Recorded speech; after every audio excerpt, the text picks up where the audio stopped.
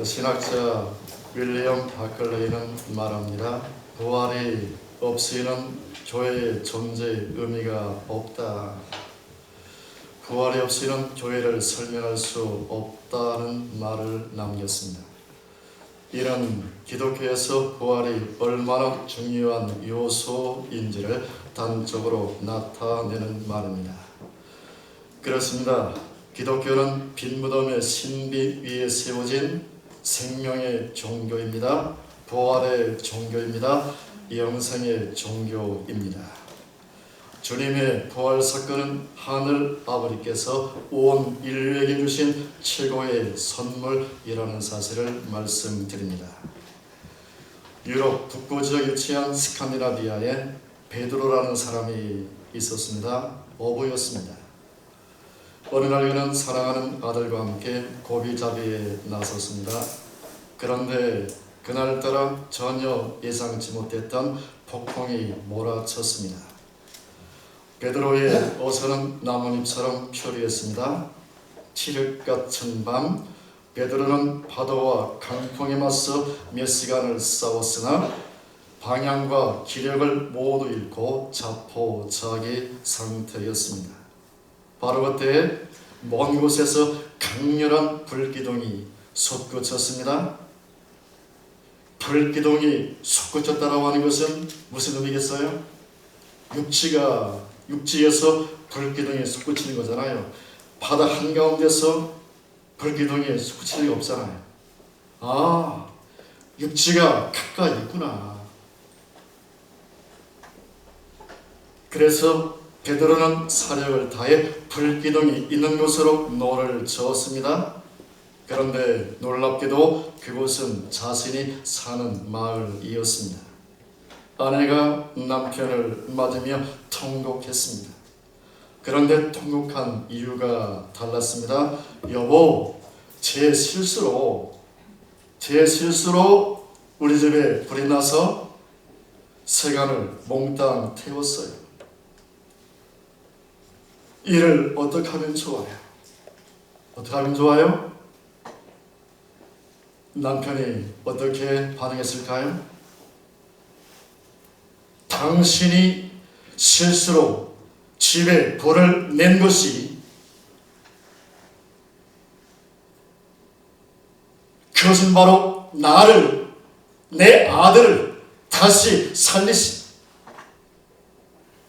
우리에게 진정한 구원과 생명을 준 놀라운 일이었다라고 너무너무 고맙고 감사하다고 아내를 와라 끌어안으며 이야기를 했습니다. 그렇습니다. 그 생명의 불기둥은 바로 베드로의 집에서 피어오른 것이었고요. 그 불기둥은 생명의 불기둥을 향해 나아가는 의미가 있는 것이죠. 부활의 불기둥을 향하여 나아간다는 의미가 있는 것입니다. 부활의 주님을 믿는다는 것, 곧 부활의 불기둥을 향하여, 생명의 불기둥을 향하여, 영생의 불기둥을 향하여 계속 나아간다는 그런 의미를 갖는 것이지.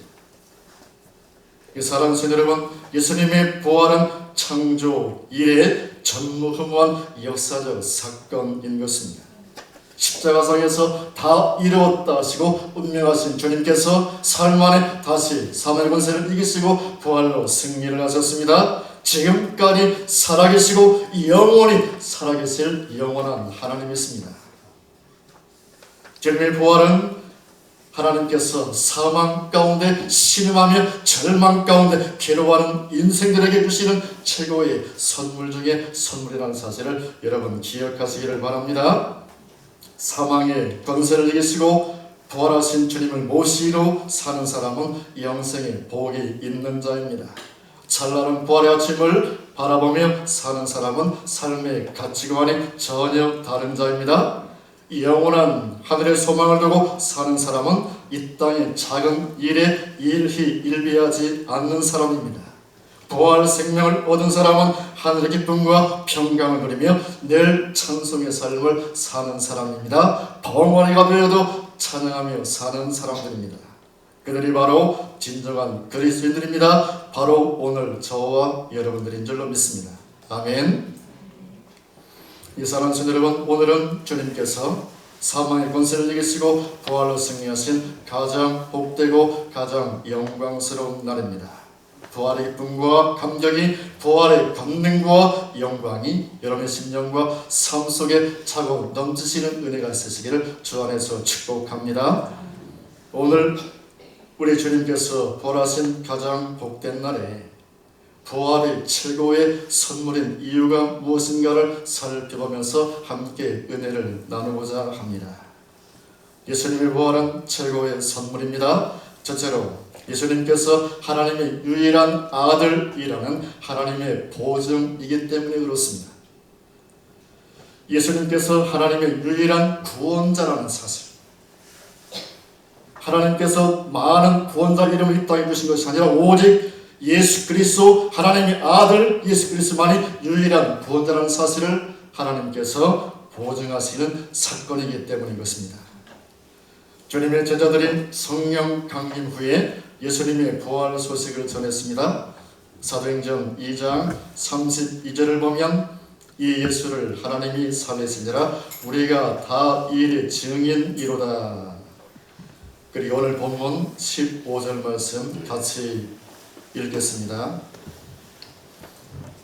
또 우리가 증인으로 발견되리니 우리가 하나님이 그리스도를 다시 살리셨다고 증언하였습니다. 만일 죽은 자가 다시 살아나는 일이 없으면 하나님이 그리스도를 다시 살리지 아니하셨으리라. 우리가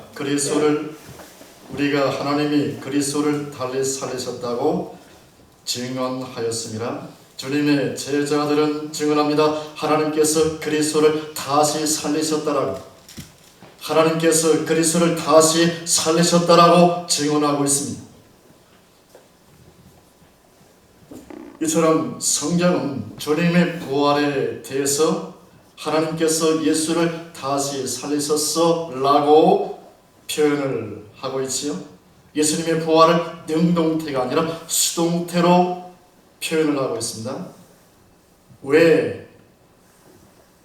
예수님이 스스로 무덤을 열고 사망의 권세를 이기고 승리하셨다라고, 부활하셨다라고 말씀하지 않고 왜 하나님이 그를 다시 살리셨다라고 말씀을 하고 있을까요?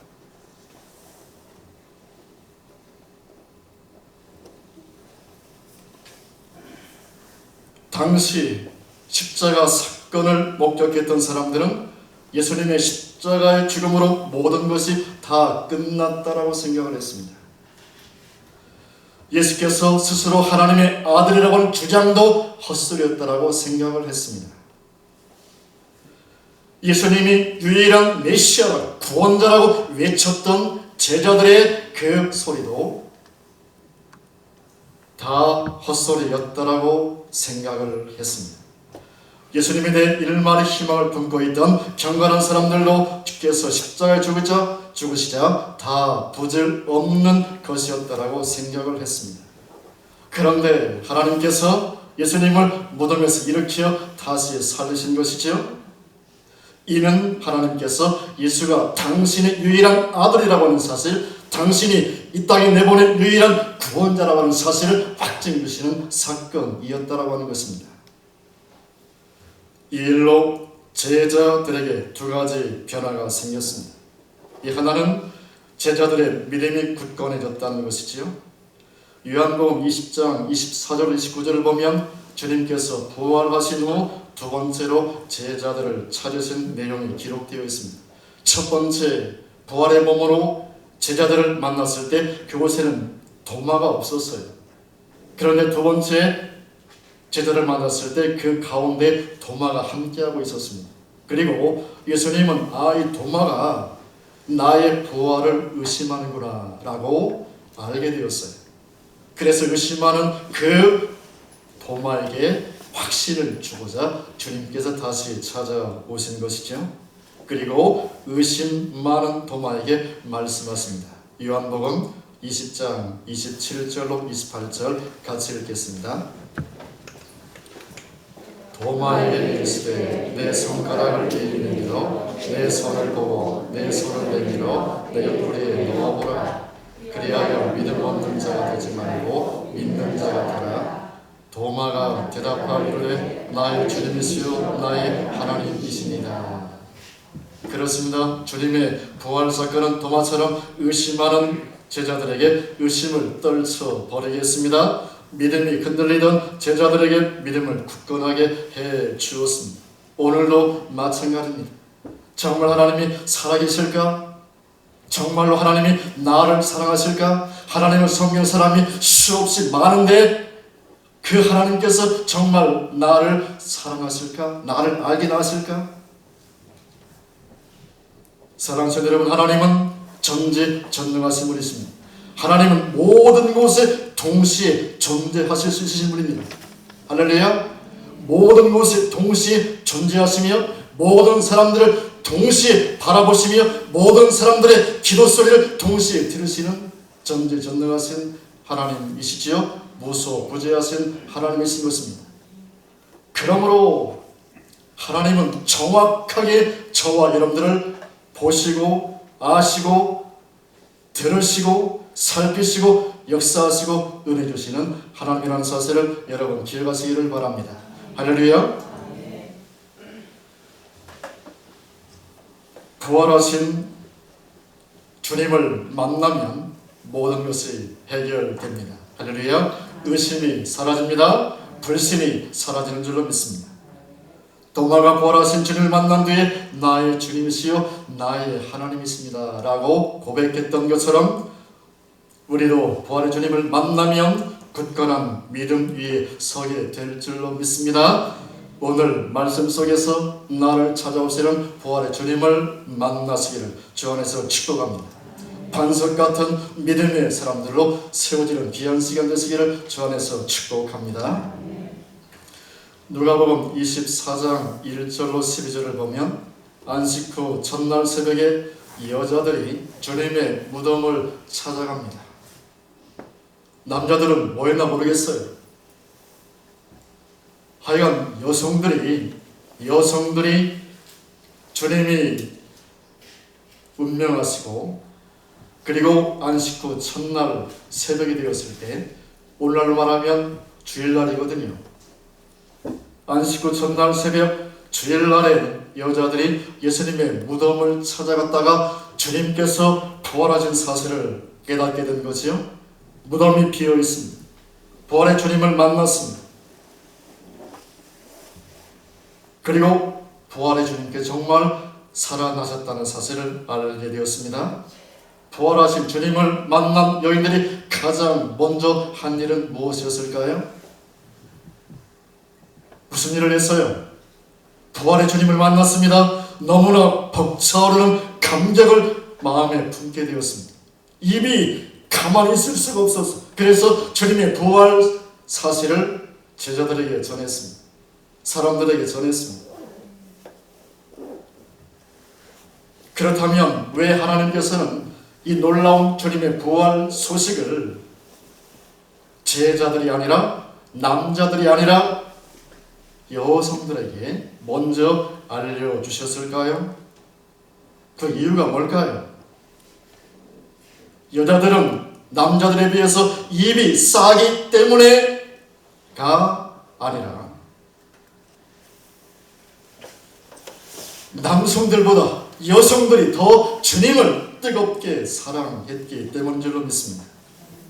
그래서 부활하신 주님을 제일 먼저 만나는 특권을 누렸고 부활이 복된 소식을 전하는 일에 제일 먼저 쓰임받는 참으로 복된 자들이 되었다는 사실을 성경은 증언해 주고 있습니다.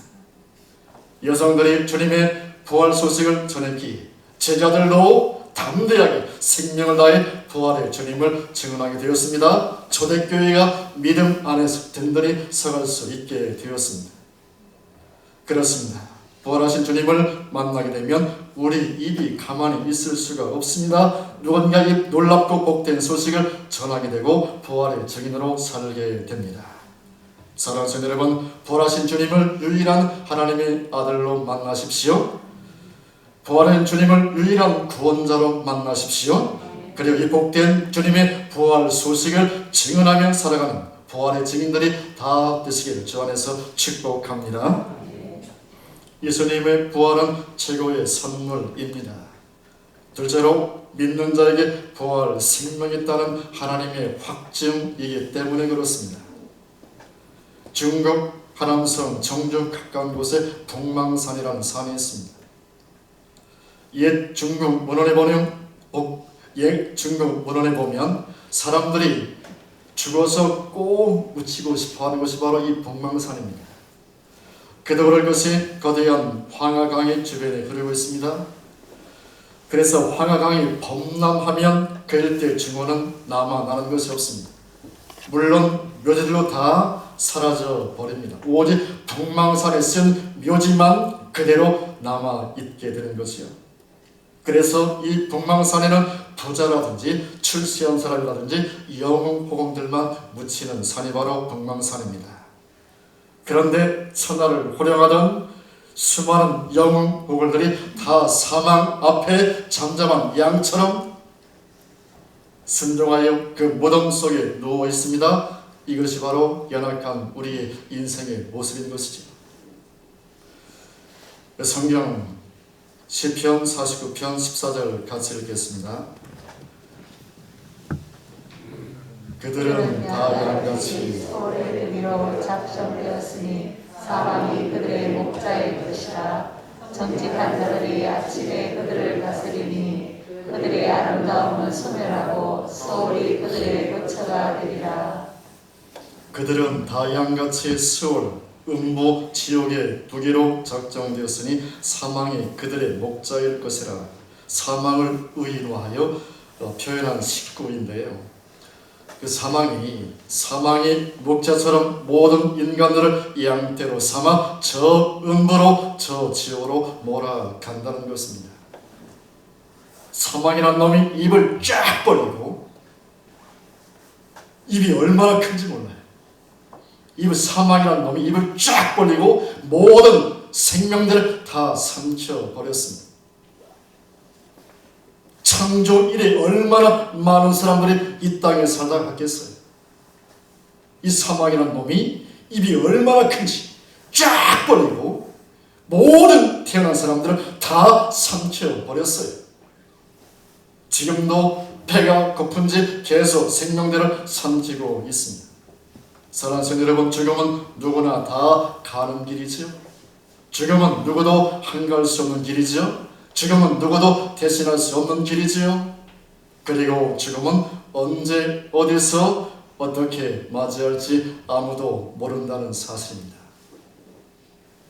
그래서 죽음은 또 하나의 신비인 거죠. 언제 어디서 내가 또한 모습으로 죽을지 아무도 몰라요. 10분 후에 죽을지, 1시간 후에 죽을지, 1년 후, 10년 후, 50년 후에 죽을지, 어디에서 어떤 모습으로 죽을지 아무도 알 수가 없어요. 그래서 신비 중에 신비가 바로 죽음이기도 합니다. 그런데 오늘 본문 20절에 놀라운 말씀이 기록되어 있습니다. 같이 볼까요? 그러나 이제 그리스도께서 죽은 자 가운데서 다시 살아나사 잠자는 자들의 첫 열매가 되셨도다. 그러나 이제 그리스도께서 죽은 자 가운데서 다시 살아나사 잠자는 자들의 첫 열매가 되셨도다. 첫 열매가 되셨도다. 이 잠언에 보면, 잠언 24장 16절 보면 의인은 7번 넘어질지라도 다시 일어나려니와 악인은 재앙으로 말미암아 엎드러지느니라. 의인은 7번 넘어질지라도 다시 일어난다. 7.8기를 말씀하고 있죠. 성경이처럼 7.8기를 말씀하고 있는데, 여러분 사전 오기 하면 누가 떠오릅니까? 홍수환 선수가 떠오르죠. 1977년 오래됐지요. 그분이 지금 장로님이시더라고요. 어느 교인들은 잘 모르겠는데 장로님이 되셨더라고요. 그분이 1977년도에 벡터로 카라스키아라고 하는 선수와 이제 대결을 벌였습니다. 땡 하고 1라운드가 끝나고 땡 하고 다시 2라운드가 시작이 됐습니다. 그런데 계속 4번이나 넘어졌어요. 다운됐어요. 많은 사람들이 그 모습 보고 너무나 안쓰러웠어요. 채널을 다 돌렸어요. 그런데 3라운드에 다시 붙었는데 그냥 한 방에 상대 선수를 KO 시켰습니다. 배대급 초대 챔피언 타이틀을 획득을 했습니다. 4전 5기의 신화를 창조한 것이죠. 너무나 그 사건이 지금도 생생하지 않습니까? 워낙 어떤 감동적이기도 하고 우리를 흥분시키는 그런 사건이었기 때문에. 자, 먼저 예수님, 사망이란 놈이 예수님도 삼켜버렸잖아요. 입을 쫙 벌리고 예수님을 삼켜버렸습니다. 사망이란 놈이. 그런데 잠시 후에 주님께서 부활 생명으로 그 사망을 영원히 삼켜버리신 줄로 믿습니다. 할렐루야. 예수님께서 사망을 영원히 KO 시키시고 삼키신 부활의 주께 감사와 찬송과 영광을 올려드립시다. 할렐루야. 할렐루야. 예수님께서 사망의 권세를 깨뜨리시고 부활하심으로 말미암아 사망이 완전히 영원히 치명상을 입고 더 이상 사람들을 폭군처럼 사망으로 몰아갈 수 없게 되었다는 사실을 성경은 증언해 주고 있습니다. 더 놀라운 사실은 주님께서 부활하신 사건은 주님만의 부활을 뜻하는 것이 아니라 모든 믿는 자들이 부활을 의미한다는 사실도 여러분 기억하시기를 바랍니다. 주님께서 잠드는 자들의 첫 열매가 되셨습니다. 주님께서 모든 죽은 자들의 첫 열매가 되셨습니다. 주님께서 부활의 첫 열매가 되심으로 사망의 권세를 영원히 깨트린 것을 의미한다는 사실을 꼭 기억하시기를 바랍니다. 그렇습니다. 사망이 주님의 부활로 치명적인 상처를 입어서 더 이상 사람들의 복군 노릇을 할 수 없게 되었다는 것을 의미한다는 사실을 꼭 붙잡으십시오.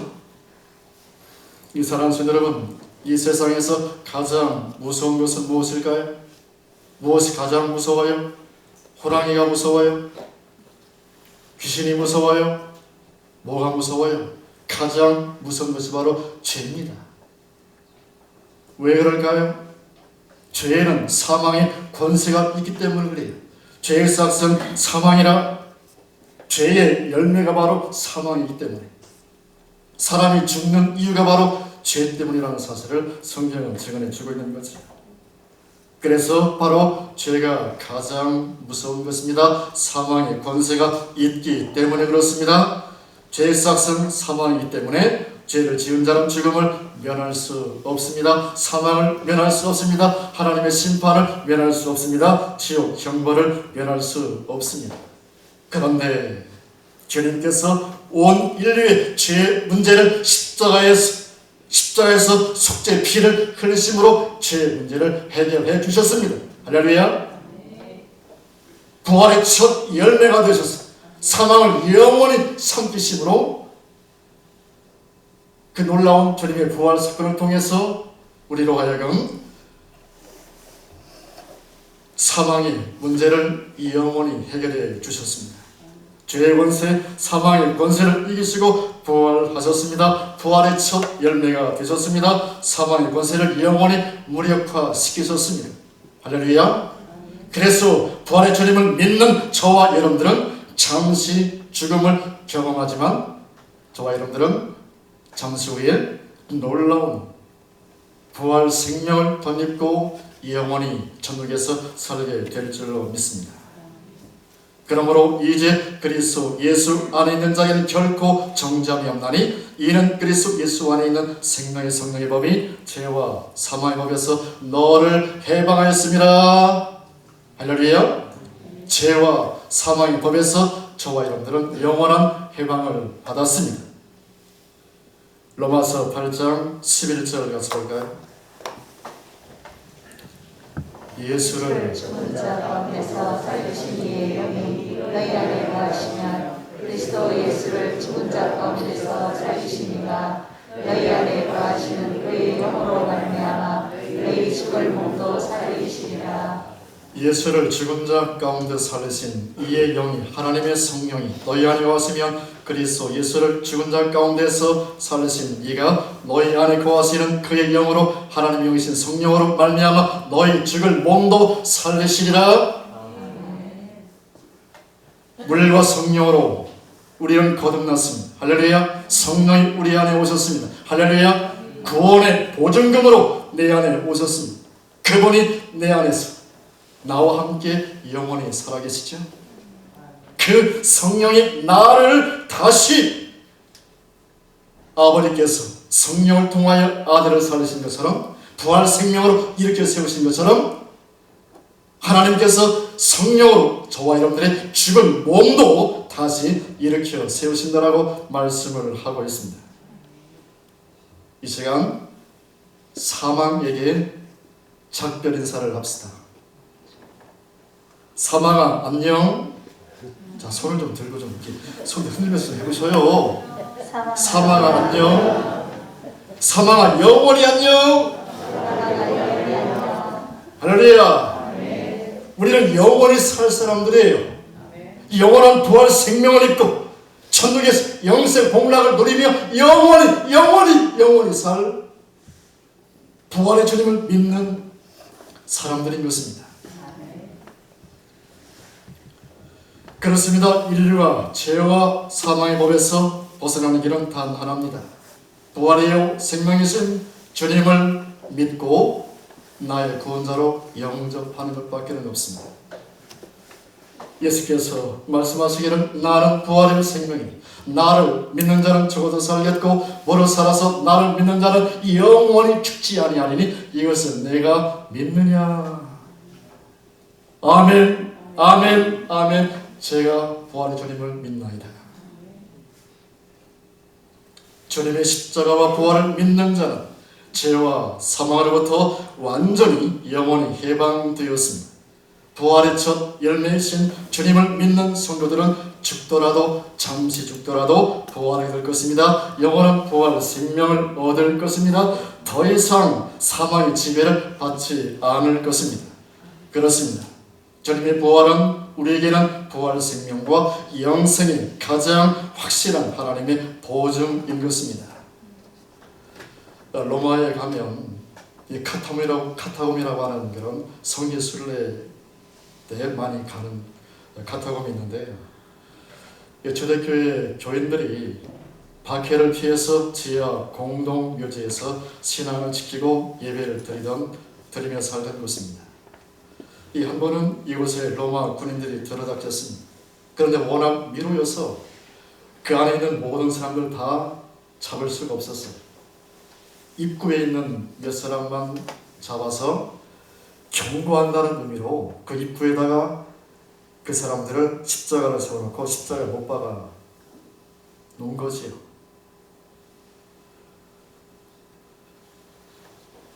깊은 밤이 되었습니다. 다들 돌아간 뒤에 어린 자녀들이 믿음의 형제들의 도움을 받아서 그 십자가 밑으로 다가섰고요.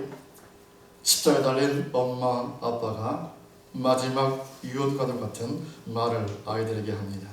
얘들아, 예수 믿는 것은 참으로 영광스러운 일이란다.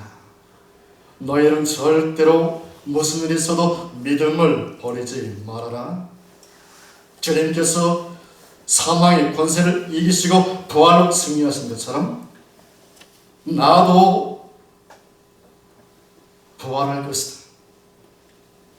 그러므로 너희들도 절대로 믿음 잃지 말고 믿음 안에서 살아라.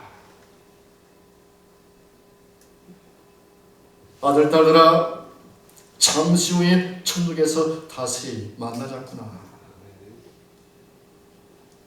십자가 밑에서 부모의 유언을 들은 아이들은 엄마, 아빠의 뒤를 따라 죽기까지 믿음을 지켜갔다라고 역사는 기록을 하고 있습니다.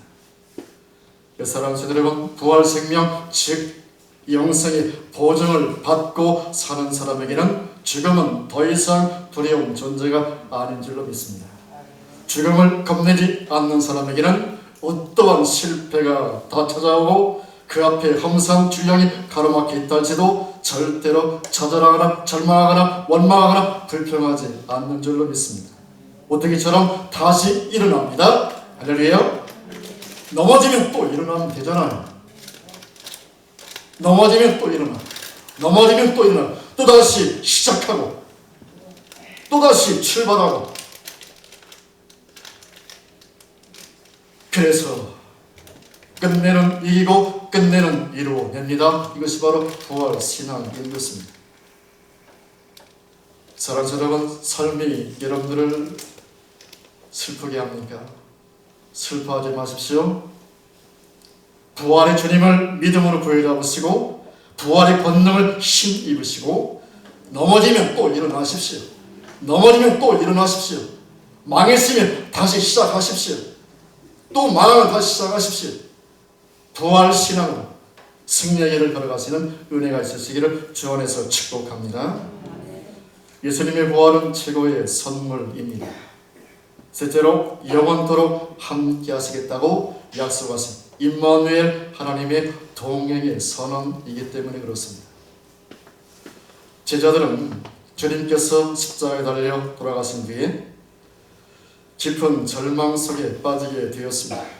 주님께서는 지난 3년 동안 자기들과 함께 하시면서 갈 길을 밝히 보여주셨습니다. 하나님 나라에 대한 놀라운 비전을 주셨습니다. 살아야 할 분명한 이유와 목적과 삶의 진정한 의미를 알려주셨습니다. 그래서 그들은 모든 걸 다 버렸어요. 그물도 버리고 부모도 버리고 다 버렸어요. 다 버리고 주님만을 따랐습니다. 그러나 이제 주님께서 그들 곁에 떠나시고 그들만 홀로 남게 된 것입니다. 그들이 겪었을 두려움과 절망은 이루 말로 다 할 수 없었을 것입니다. 그러던 그들에게 부활하신 주님께서 찾아오신 것이요, 그들 곁으로 주님께서 다시 돌아오신 것입니다. 그런데 주님이 과거의 3년 동안은 계속 함께 계셨잖아요. 그런데 부활하신 주님께서 찾아오시긴 오시는데 잠깐 만났다가 또 그냥 떠나가시고 또 잠깐 또 만났다가 또 떠나가시고 계속 반복하시는 거예요. 시간과 공간을 초월하여 찾아오셨다가 한순간에 또 떠나가시고 계속 반복된 것이죠. 왜냐하면 부활하신 주님은 우리와 같은 이 썩어질 몸을 입고 계신 것이 아니라 다시는 썩지 않는, 다시는 병들거나 늙지 않는, 사망이 되지 않는 신령한 몸을 가졌기 때문인 것이죠. 제자들은 한 가지 사실을 깨닫게 됩니다. 예전에 3년 동안 우리와 함께 하셨던 주님께서 이제는 부활하신 몸으로 계신 주님께서 이제는 전혀 다른 차원으로 나와 함께 하시는구나. 이 영으로 나와 함께 하시고 내 마음에 나와 함께 하시는구나. 그때부터 임마누엘의 신앙이 시작이 된 것이죠. 여러분, 하나님이 보여요? 하나님이 어디 계세요?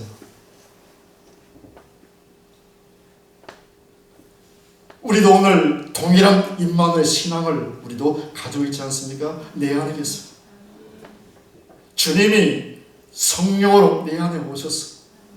내가 구원받은 생명이고 그 구원받은 생명이 너무나 귀하고 너무나 가치 있기 때문에 그 누구도 구원받은 내 생명을 빼앗아가지 못하도록, 도둑질하지 못하도록 성령이 내 안에 계세요. 보혜사 성령께서 늘 내 안에서 내 구원받은 생명을 지키고 보호하고 계세요. 보증하고 계세요.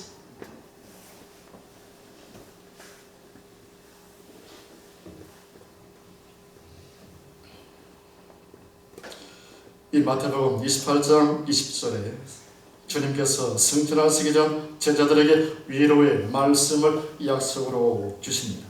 볼지어다 내가 세상 끝날 때까지 항상 너희와 함께하리라. 항상 너희와 함께하겠다는 임마누엘의 약속, 동행의 약속을 우리에게 허락해 주셨습니다. 이 함께 읽기를 원합니다. 요한복음 14장 16절에서 17절 같이 읽읍시다. 내가 아버지께 구하였으니 그가 또 다른 보혜사를 너희에게 주사 영원토록 너희와 함께 있게 하리니 그는 진리의 영이라 세상은 너희 그를 받지 못하나니 이는 그를 보지도 못하고 알지도 못함이라. 그러나 너희는 그를 아나니 그는 너희와 함께 거하시며 또 너희 속에 계시겠습니다. 그는 너희와 함께 거하시며 또 너희 속에 계시겠습니다.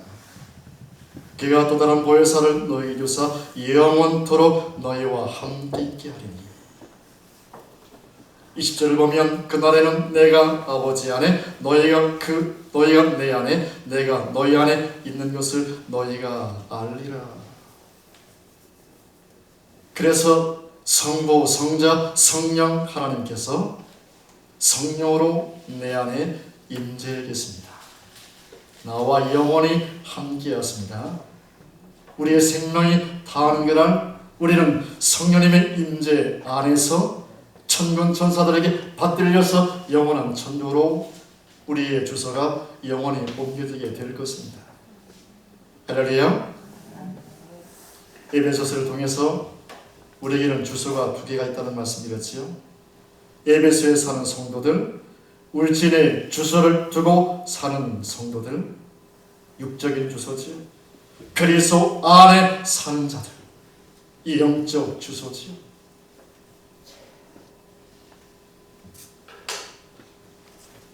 사랑하는 성도 여러분, 부활하신 주님은 성령으로 우리 안에 오셨습니다. 부활하신 주님은 성령으로 날마다 우리와 동행하십니다. 부활하신 주님은 성령으로 우리를 영원한 천국까지 인도하십니다. 오늘도 내일도 부활의 주님과 함께 영원히 사십시오.